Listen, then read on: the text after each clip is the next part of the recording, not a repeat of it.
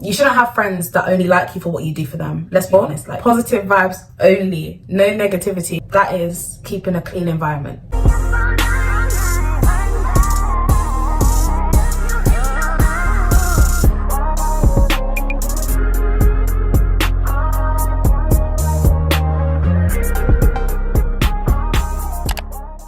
Hey guys, welcome back to my channel. So my name is Rianne for anyone who's new here, and if you're returning, then welcome back. So I hope everyone had a really good Christmas and a happy new year, and I hope everyone's enjoying 2024 so far. So today's video is going to be a healthy habits for 2024 video, just because there's quite a few things that I've decided to change, even though I did start doing some of these things in 2023, but they're definitely things I'll be continuing in 2024. Originally I was gonna do 10 healthy habits for 2024, but then I was like, you know what, let me start off with 5 because 10 might be a bit overwhelming, and if people want a part 2, then I'll do a part 2.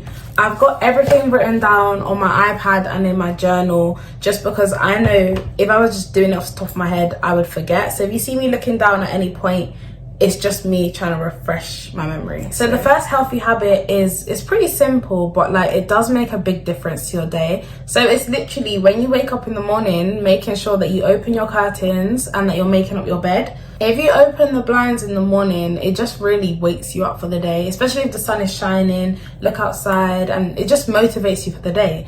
And then if you make up your bed, obviously you're less likely to actually get back into the bed, because I used to be one of those people where I would just leave my bed, like it wasn't messy, but obviously I could always still get back in, and then I wouldn't get nothing done during the day. And that kind of leads on to the fact that you should be keeping your room clean. Like all 2024, we don't want messy rooms, messy environments. More times than not, your environment is a reflection of your mental state. So whether that's your room, your accommodation, your house as a whole, your kitchen, just keeping your space clean, because a clean space is a clear mind. I say if my room's messy, my bed is not made up, my curtains are just closed, and in here it's dark, like I'm just living in madness. So I make sure that when I wake up in the morning, first thing I do is I open my curtains, then I make up my bed, and then I get straight up. Like I don't let myself lay in my bed for too long. Normally when I realize that I'm getting very stressed out, it'll be a situation where if you were to see my accommodation or like my room, then the curtains will be closed, in here is dark, it's a mess, my clothes are everywhere. But once I clean that up, I just kind of feel like my life is back in order. Definitely keeping your space clean, open your windows, open your curtains, get some sunlight, and make up your bed. That is keeping a clean environment, and that will help you. Okay, the second habit is more of like a mindset shift, but I would say in 2023, I want to say 2022 / the beginning of 2023, I was one of those people who very much had a victim mindset. Maybe when something like bad happens and you feel like life is being done to you rather than you're living life, you just feel like life is being done to you. 2024, we're not doing that.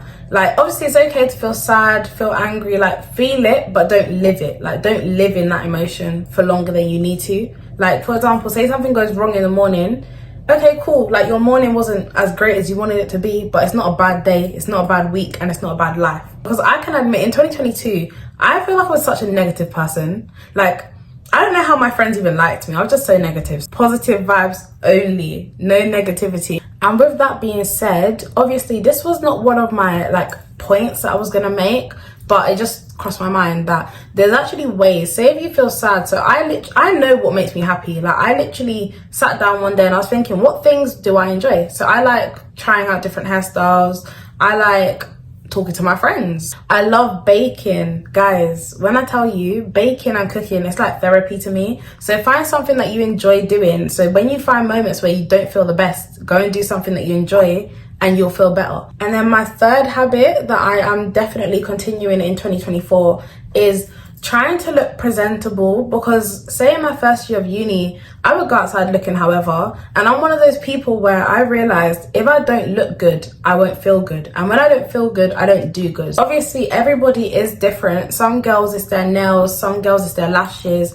For me, if my hair is not done, I'm not doing anything. I'm not leaving my house. So I make sure that my hair is always somewhat presentable before even thinking about starting my day. So for you, it might not be hair, it might be makeup. You might enjoy having your makeup done, you might like getting your nails done, but just whatever it is that you enjoy and you know that it makes you happy and you know that it motivates you to do things. Everyone is different. So with me, as I said, it is definitely hair. Find out what motivates you to do well and then make sure that's what you're doing throughout 2024. So number 4 is setting boundaries and not being a people pleaser. So as a retired people pleaser, I can tell you life gets a lot better when you do what you want to do and when you're not constantly thinking like, oh, but if I don't do this for this person, then they're not going to like me anymore. So what? You shouldn't have friends that only like you for what you do for them. Let's be honest. Like, if somebody only likes you because of what you do for them, that's not your friend.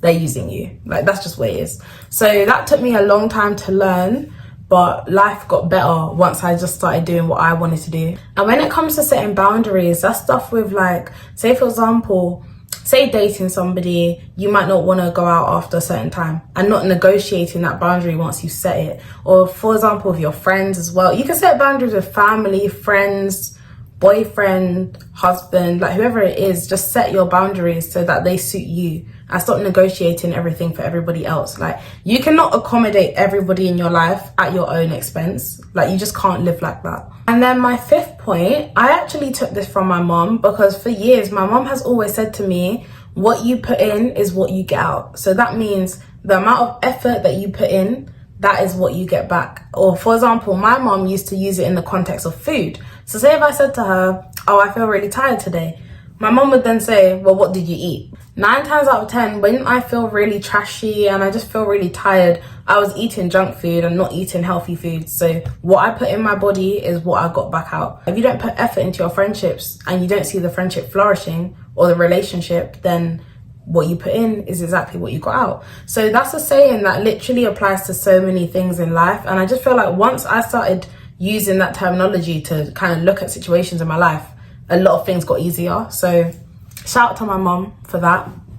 When I'm talking about what you put in is what you get out, I'm going to talk about it in the nutritional sense. So 2024, obviously you guys don't have to do this, but I've actually decided to try being vegetarian for a month.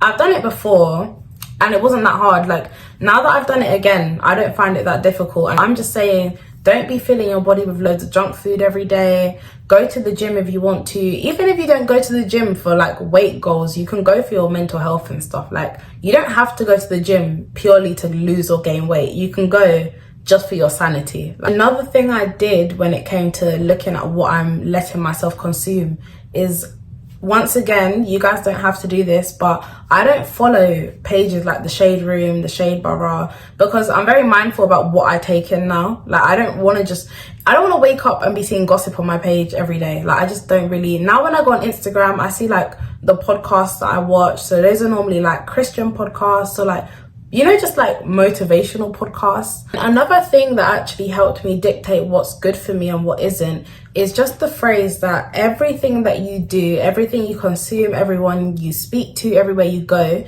it either pulls you further away from your goals or pushes you closer to your goals. Anytime you don't know if you should do something, think about whether it's pushing you away from your goals or pulling you towards them. And then that's your answer. If it's pushing you further away from your goals, don't do it.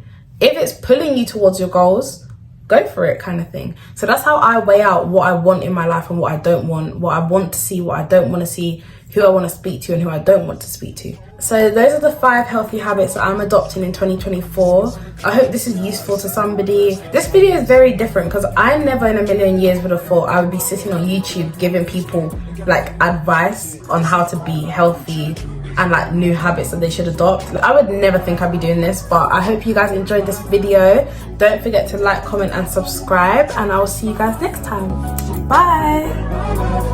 Don't give away my life, so don't give away. There's another woman that can take your spot, my love.